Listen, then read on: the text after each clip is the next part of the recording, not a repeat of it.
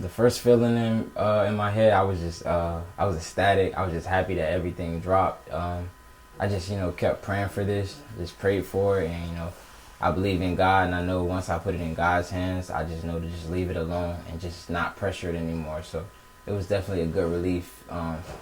My family was happy. My little brothers actually saw it on TV first, so they were happy. They came running to me, and my little brother didn't really understand. He's only 9 years old, but my 13-year-old brother was like, "They dropped the charges, man. They dropped the charges." So it was a good feeling. Did you expect the judge to have a change of heart like this? I mean, did you hope? I know you hoped for it. I hoped for it, but being that I always heard he was, like a stern judge, I didn't really know. But I'm just glad that he did have a change of heart, and that he really knows the real me now, and he gets to see that I'm not a bad kid, that I'm just someone who made a bad mistake, but I'm just still not gonna let it make a negative impact on my life or determine who I am. What did you think about the things he wrote about you in his order, that you're a thoughtful, respectful young man and that you come from a good family? He had a lot to say about you. One thing, I was glad that he realized it.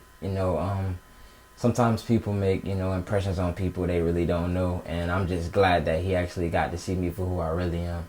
And in the future, as things go on, I just hope, that he really gets to just continue, 5 years down the road, he can say, that young man made a bad decision, but look at him now. Going forward, I hope that, my lasting impact impacts him just like he impacted me for the rest of my life. I just hope that I leave an impact on him as well. I plan on writing a letter so that it can be read to fellow jurors, just expressing the importance of jury duty, and then, my experience that I had to go through, and how I just took a learning experience from it, that, I made a mistake. I did my time. I saw what jail was like. I got to experience it firsthand, so it leaves a message in the back of my head, just even when you have that thought, oh, things not going right, oh man, I should go do this. It just always leaves that thought in my head. You never want to go back to where you were. Always just keep looking forward. Anybody like yourself and I, we hear the word jail and that terrifies you to even think about going there. I mean, what would you take away from your time there? The biggest thing was just really having time to sit and realize who I was, really find myself as a person. And now that I find myself as a person, I just feel like the sky's the limit. I can be whatever I want to be. I can do whatever I want to do. Before I went in, I always had confidence, but sometimes I doubted myself.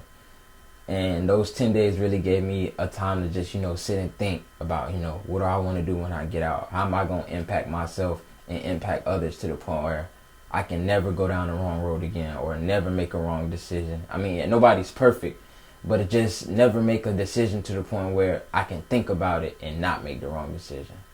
So it just really gave me time to just realize who I am as a person and realize where I want to go. What's next for you? What do you want to do? I know that you do great work with the kids over at the park. Anything else? Any new aspirations that have been born from this? My main aspiration now is just, working, just trying to save up to, get a car, save up to go back to school. That's my biggest thing.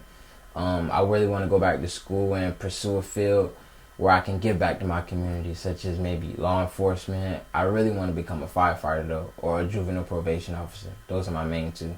Because I feel like as a probation officer, it's just working with kids. I understand kids. I've been through some things in life. I had to sit in jail 10 days. Granted, it wasn't a big sentence, but I just have a story that, some kids and some people just can't understand. But, some kids going through things that some people just can't understand them. I just feel like I have that gift to understand people. So I'm a firm believer everything happens for a reason. So I just felt like, God really sat me down and talked to me, and it was just time for me to listen. And one thing I told myself, like I said, I would doubt myself sometimes, and I felt like God put me in that situation to let me know that, you can't doubt me. You can't doubt yourself. If you want to achieve something, if you want to do it, put in your head that you can do it and just go for it.